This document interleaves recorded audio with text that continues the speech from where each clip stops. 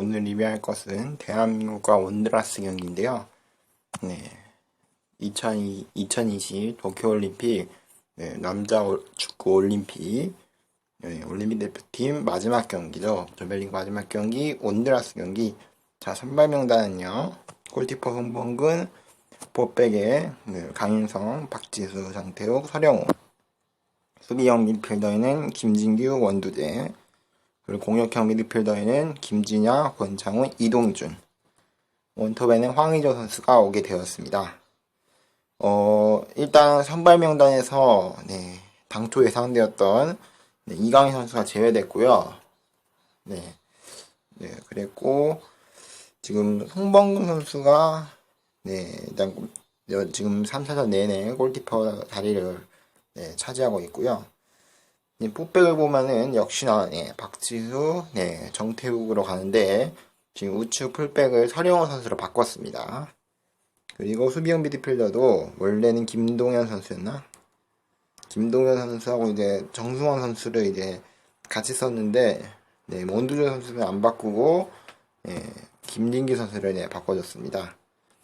자, 그리고 공격형 미드필더 뭐 권창훈, 이동준까지 뭐 예상했겠지만 엄원상 선수를 빼줬고요. 대진의 특별 발탁으로 김진현 선수가 선발 명단에 출전했습니다. 3차전 내내 출전을 많이 안 했던 김진현 선수가 마지막 경기에 출전하게 되었고요. 김진현 선수가 원래는 풀백인데 윙백인데 이제 윙어처럼 뛸 수 있는 선수이기 때문에 사실 공격적으로는 잘 안 쓰지만 공격적으로도 쓸 수 있는 선수입니다. 자, 그리고 원톱은 황의조 선수인데요. 황의조 선수는 지금 해영기 동안 계속 선발 출전하고 있고요. 이번에 꼭 황의조 선수가 뭔가를 보여줄 거라는 기대를 하고 있습니다. 황의조 선수가 해결을 잘해줘야지 또 이제 우리나라가 쉽게 이길 수 있기 때문에 황의조 선수가 잘해주길 바라고요. 자, 동시에 열리는 루마니아랑 뉴질랜드 경기가 있고요. 이 경기 결과에 따라서 순위가 결정됩니다. 우리나라 같은 경우는 지지만 않으면은 8강에 진출하고요. 하지만 B조 1위가 A조 2위랑 B조 2위가 A조 1위랑 붙기 때문에 개인적으로는 높은 순위를 기록해야지 좀 더 유리하기 때문에 이기는 게 당연히 좋고요. 우리 입장에서는 무승부 이상만 거두면 되지만 제 생각에는 그냥 다른 경기 신경 쓰지 말고 딱 이 경기 온두라스 경기만 깔끔하게 이겨가지고 8강을 A조 2위 팀이랑 편하게 치렀으면 좋겠습니다. 자, A조 같은 경우는 현재 1위가 일본, 그 아래가 멕시코, 프랑스, 남아공순인데요. A조 같은 경우는 약간 좀 약간 좀 예상의 결과들이 많이 나왔어요. 프랑스가 이제 1위를 할 거라는 의견이 많았지만 아니면 뭐 일본한테 약간 밀려가지고 2위라거나 그렇지만 정작 프랑스는 멕시코전에 패배했고 지금 마지막 경기 일본전을 기다리고 있습니다. 자, 그렇기 때문에 예상으로 프랑스 전력은 그렇게 세지 않더라고요. 오히려 이제 일본을 좀 더 조심해야 한다. 일본이 물론 두 경기를 전부 한 골로 이겨내긴 했지만 그렇기 때문에 A조가 뭔가 좀 잡히고 물리는 느낌이 좀 있는데 B조는 더 심합니다.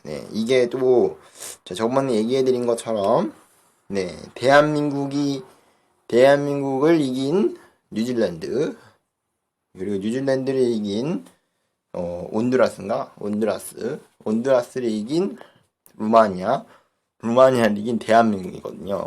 지금 2차전까지 상황을 봤을 때 그럼 과연 3차전은 어떻게 될까요? 정말 흥미로운 마치 서큘레이션 같은 느낌이 있네요. 자, 그러면 바로 온두라스 경기로 두말 없이 넘어가도록 하겠습니다. 전반전이 전부 끝났습니다. 전반 시작하기 전까지만 하더라도 비가 왔었는데 지금 비가 좀 내리고 있네요. 좀 많이 오고 있는데 태풍 소식 때문에 아무래도 그런 것 같습니다.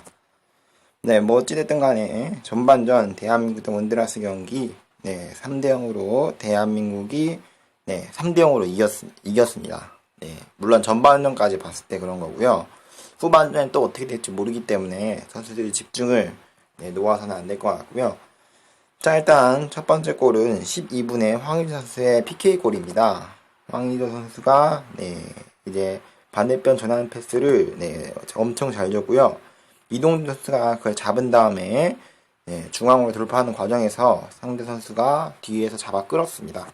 그래서 PK가 성공이 되었고, 그 PK를 황의조 선수가 상대 골키퍼가 방향은 잡았지만 구석으로 정확히 차 넣으면서 1대0을 만들어냈습니다. 자, 그렇게 선제골이 들어갔고요. 두 번째 골도 얼마 안 있어서 나오게 되었습니다. 불과 7분 후에 또 PK 골이 나왔는데요.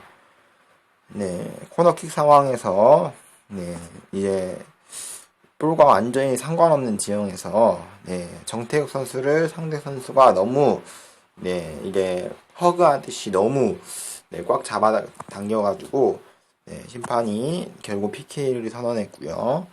상대 선수는 옐로 카드를 받았습니다. 그 PK를 원두재 선수가 잘 마무리하면서 대범하게 가운데로 찼죠. 그러면서 2대0을 만들어냈고요. 자, 그 이후로 득점이 좀 없다가 칼로스 멘델레스 선수가 이제 온드라스 선수가 클리어링 해가지고 한 볼이 약간 이제 높게 들어갔거든요. 근데 수비수가 이동준 선수가 그걸 돌파하면서 깔끔하게 터치했습니다. 근데 상대 수비수가 이동준 선수를 잡아 끌면서 그게 빠졌으면 완전히 골키퍼랑 1대1 상황이라서 이제 완벽한 골 득점 찬스였거든요.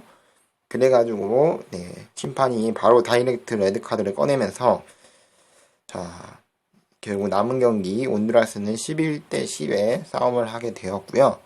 그렇게 한 명이 적은 상황에서 후반 막판에 김진아 선수의 크로스, 그게 상당히 낮고 깔끔하게 들어갔는데, 그래가지고 골키퍼가 한 번에 잡을 수 없었고 펀칭했습니다.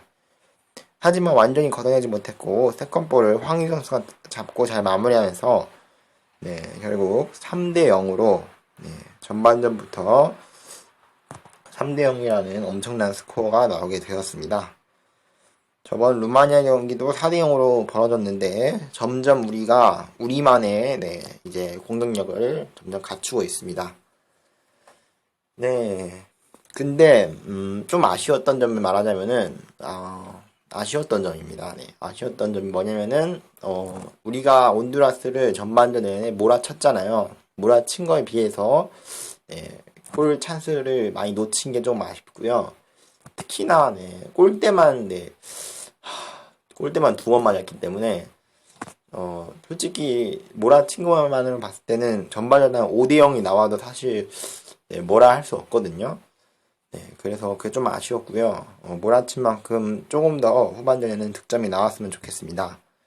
자, 후반전에는 상대가 한 명이 적은 상태이기 때문에 더 공격적으로 나올 거예요, 상대가. 어차피 상대 입장에서는 한 골 먹히든 안 먹히든 뭐 똑같기 때문에 더 공격적으로 몰아칠 거기 때문에 선수들이 일단 상대한테 한 골을 준다면은 상대가 뭐 그 이후에 3골을 더 터뜨려가지고 역전도 할 수 있잖아요.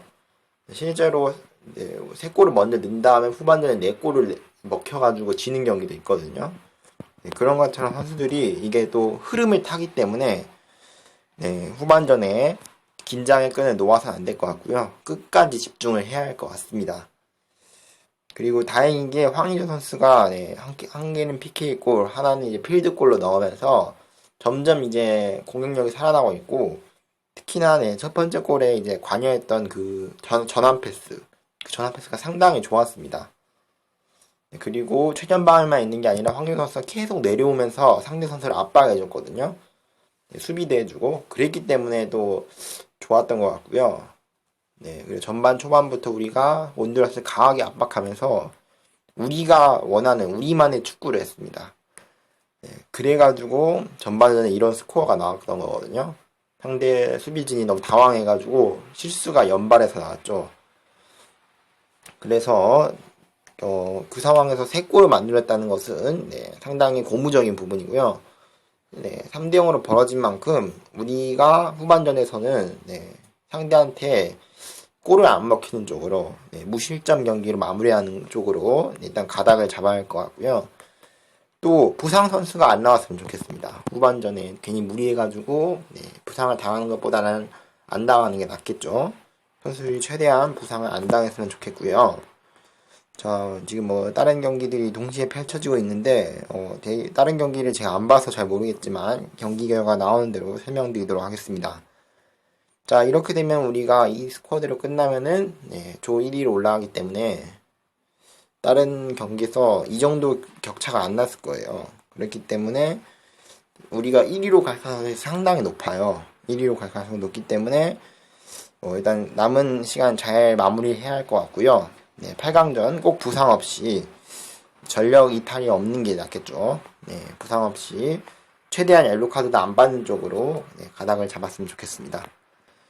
자, 그러면은 후반전 경기 바로 가보도록 하겠습니다. 까지 몇 골 넣었냐? 한 골, 두 골, 세 골, 세 골 넣었죠? 근데 후반전에도 똑같이 세 골을 넣으면서 6대0이라는 대승을 기록했습니다. 저번 리우올림픽 때도 피지전에서 8대0으로 이겼었는데, 또 그때의 그 다득점을 노려가지고 이번에도 역시 대승을 거두었고요.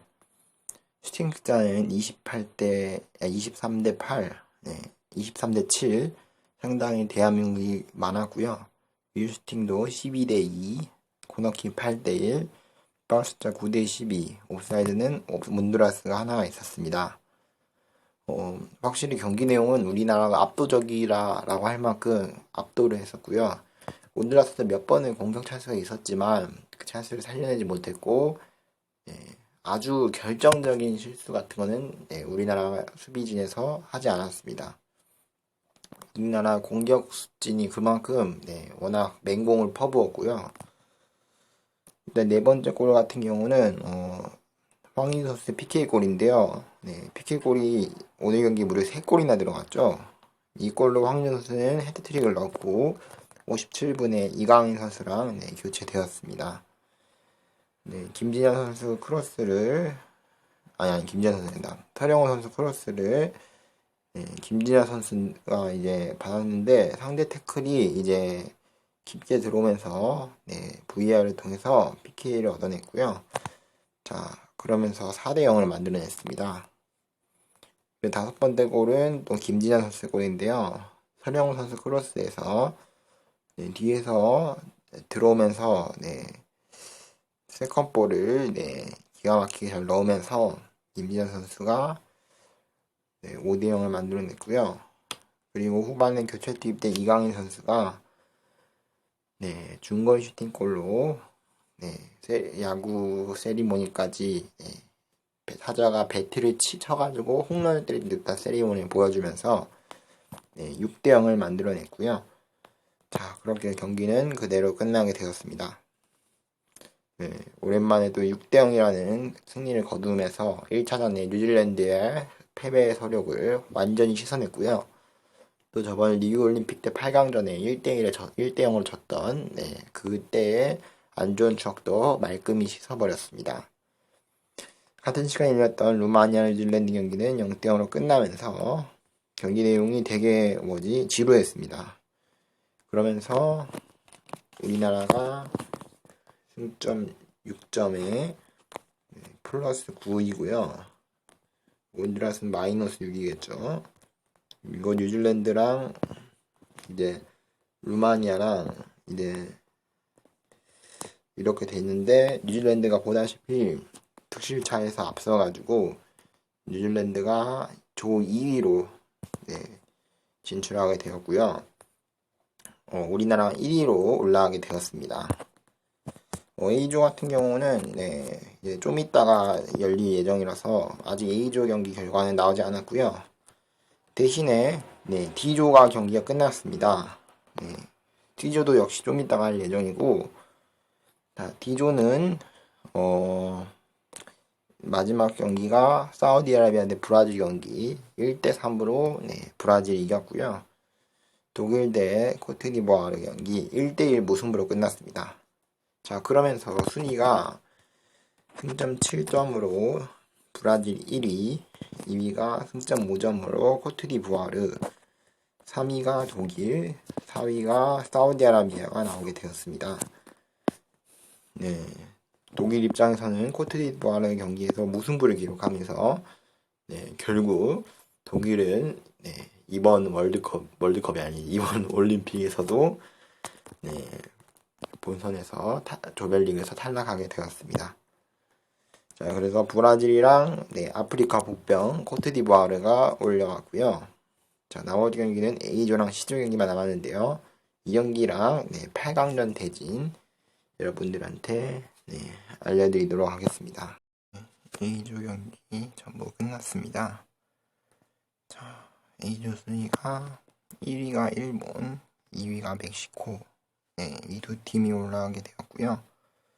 경기 결과는 4대 0으로 일본이 프랑스 상대로 예상 외에 대승을 거두게 되었습니다. 자, 그러면서 프랑스는 3위로 탈락하게 되었고, 멕시코도 남아프리카 공화국을 3대 0으로 이겨가지고 2위로 확정짓게 되었습니다.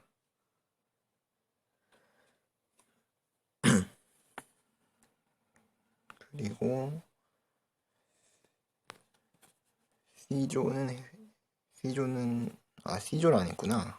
네, C조는 호주랑 이집트 2대 0으로 호주를 이집트가 이기면서 이집트가 승점 3점을 얻어가지고 조 2위로 진출을 하게 되었고요. 스페인과 아르헨티나가 1대1 무승부가 나오면서 결국 스페인이 무승부 이상만 나오면은 진출 확정이었는데 무승부가 나오면서 1위로 진출 확정 지었습니다. C조 같은 경우는 4팀 다 의외로 승점이 생각보다 많이 안 나고요. 1위의 스페인하고 꼴찌 호주와의 승점 격차는 단 2점 차이입니다. 그 정도로 C조는 상당히 혼돈의 양상으로 경기가 진행이 되었습니다. 자, 그렇게 8강전이 전부 나왔고요. 8강전은 7월 31일 토요일 동시에 펼쳐질 예정이고, 자, 시간대별로 오후 5시 열리는 미야기 스타디움에서 열리는 스페인과 코트디부아르의 경기, 그리고 같은 날 6시 가시마 사커 스타디움에서 일본과 뉴질랜드, 그리고 7월 31일 7시 사이타마 스타디움 브라질하고 이집트, 그리고 같은 날 8시 요코하마 국제 종합 경기장에서 우리나라랑 멕시코가 붙게 될 예정입니다. 우리 같은 경우는 일단 이제 수요일날 경기가 끝나고 목요일, 금요일, 그리고 당일날은 뭐 아무래도 쉬는 것보다는 이제 훈련 위주로 할 테니까 실제로 제대로 휴식할 수 있는 날은 이틀 정도밖에 안 남았고요. 목요일하고 금요일밖에 안 남았기 때문에 체력 안배 잘하고 8강전에 임해야 할 것 같고요. 우리가 지금 8강전 상대 중에서 제일 늦게 해요. 경기가 제일 늦게 해가지고 제일 늦게 끝나기 때문에 장점이 우리나라의 전반전 끝날 쯤에는 이제 브라질하고 이집트 경기까지 끝나가지고 대진이 어느 정도 다 나와 있을 거예요. 그 상태에서 펼치기 때문에 우리나라 같은 경우는 만약이에요. 8강전에서 뭐 탈락하게 된다면은 당연히 만약이 아니겠지만 우리가 만약 4강전에 올라가게 된다면은 상대가 브라질하고 이집트 승자랑 붙게 될 예정이고요. 그리고 스페인하고 코트디부아르 승자가 일본하고 뉴질랜드 승자랑 붙게 될 예정입니다. 자, 우리 같은 경우는 여기죠. 우리가 만약 멕시코를 이기고 4강전에 간다면은 4강전 상대는 브라질 대 이집트 승자인데요. 8월 3일 화요일 5시 가시마 사커 스타디움에서 경기를 치르게 될 예정입니다. 우리 같은 경우는 지금 4강 상대도 물론 신경이 쓰이겠죠. 만약 멕시코를 이기고 올라간다면은. 그치만 일단 당장 눈앞에 있는 멕시코 경기부터 준비를 잘해야 할 것 같고요. 멕시코도 조이를 한 일본이랑 1대2로 질 정도로 나름대로 호각세를 다뤘기 때문에 멕시코도 상당히 강팀입니다. 그렇기 때문에 상당히 조심해야 할 것 같고요. 또 우리가 만약 4강전에 올라가게 된다면은 아무래도 붙게 될 팀으로 가장 유력한 팀이 아무래도 이집트보다는 전력 면에서 우위를 보이는 브라질이 올라갈 가능성이 높은데요. 자, 물론 브라질이다라고 하더라도 지금 예선전에서 브라질이 지금 보여줬던 모습이 너무 초라합니다. 왜냐면은 브라질이 마지막 경기에서 사우디아라비아를 뭐 3대1로 잡긴 했는데요. 그 이외에 뭐 독일도 3대2로 잡았는데 코트디부아를 상대로 1대1 무승부. 그 점이 좀 아쉬웠고 브라질도 뭐 약간씩 뭔가 아쉬운 경기를 하긴 했지만 그래도 여전히 강팀입니다. 그런 독일이나 뭐 그런 강팀 상대로 이길 정도면 상당히 강팀이기 때문에 브라질은 사실 이 연령대에서 언제나 우승 후보이기 때문에 상당히 조심해야 할 것 같고요. 그렇게 생각하면은 일본이 만나는 4강전 대진보다 우리가 만나는 4강전 대진이 어찌 보면 좀 강하다라고 생각할 수 있을 것 같아요. 물론 스페인 같은 경우는 스페인이 아무래도 올라갈 가능성이 높기 때문에 냉정하게 봤을 때 스페인 같은 경우는 유로 멤버들이 많이 지금 차출이 많이 됐잖아요. 그래가지고 전력면으로 강하지만 솔직히 조별리그를 보고 오신 분들은 유로 멤버를 차출한 스페인도 그렇게 썩 좋은 경기력이 아니었거든요. 당장 지금 승점을 보시면은 시조가 혼돈의 양상이었어요. 스페인도 마지막에 삐끗했다면은 실수를 한번 마지막 아르헨티나라는 경기에서 실점 한번 더 했다면은 스페인도 잘못하면 탈락할 뻔한 그런 내용으로 갈 수밖에 없기 때문에 상당히 위험했거든요. 스페인도 마지막 경기에 사활을 걸었던 만큼 스페인이 의외로 좀 약할 수도 있다라는 게 저 개인적인 생각이고요. 그렇게 생각하면은 브라질이 아무래도 우승 후보인 만큼 상당히 껄끄러운 상대죠. 자, 뭐 어찌됐든 4강전 같은 경우는 신경 쓰지 마시고 우리 같은 경우는 일단 눈앞에 있는 8강전인 멕시코부터 일단 잡는 게 우선입니다. 토너먼트이기 때문에 지면 끝이기 때문에 한 경기에 모든 걸 쏟아붓는다는 느낌으로 경기 임해야 할 것 같습니다. 자, 좀 걸리는 점이 있다면은 우리가 지금 조별리그 상대했던 팀들이 전부 약팀이거든요. 그리고 평가전에 이제 했던 팀들이 프랑스랑 아르헨티나여가지고 상당히 강팀이다. 뭐 8강전에 무조건 다 올라간다. 뭐 이런 얘기가 있었는데 정작 우리가 평가전에 했던 아르헨티나랑 프랑스 같은 경우는 아르헨티나는 득실차에 밀려가지고 3위를 기록했고요. 프랑스 같은 경우는 A조에 있는데 역시나 3위로 대회를 마치면서 두 팀 다 결국 탈락했습니다. 탈락했기 때문에 냉정하게 우리가 평가전에 붙었던 상대들은 본선에 오르지 못했고요. 본선이 아니라 토너먼트죠. 본선은 이미 이게 본선이니까 토너먼트에 오르지 못했고요. 그런 만큼 우리가 평가전에 했던 상대는 솔직히 말하면은 냉정하게 말하면 강팀이 아니었던 겁니다. 어쨌든 토너먼트에 안 올라왔기 때문에 강팀이 아닌 거죠. 그런 만큼 우리 입장에서도 토너먼트에 좀 다른 마음가짐으로 새로운 마음가짐으로 임해야 할 것 같고요. 자, 그리고 대한민국이 이제 1위, 2위가 뉴질랜드가 있는데요. 뉴질랜드 같은 경우는 득실 차에 앞서가지고 2위로 오르면서 일본이랑 붙게 됐고요. 자, 일본이랑 대한민국이 이렇게 되면은 결승전이나 3, 4위전에 만나지 않는 이상 두 팀은 이번 도쿄올림픽에 만날 일은 없습니다. 4강전까지 만날 일이 없기 때문에 일단 한일전 같은 경우는 뭐 안심해도 될 것 같고요. 대신에 우리는 멕시코랑 브라질이랑 이집트랑 같은 라인에 서게 되었습니다. 자, 그리고 남자 축구는 뭐 이렇게 되고요. 여자 축구 간단하게 리뷰하자면은, 네, 여자 축구 대표팀 같은 경우는 안타깝게 중국한테 플레이오프에 밀려가지고 탈락했거든요. 근데 그 중국이 네, B조에서는 네, 승점 자판기였습니다. 잠비아랑 경기에서 무승부 경기 빼고는 네, 네덜란드 경기에서 8대2였나?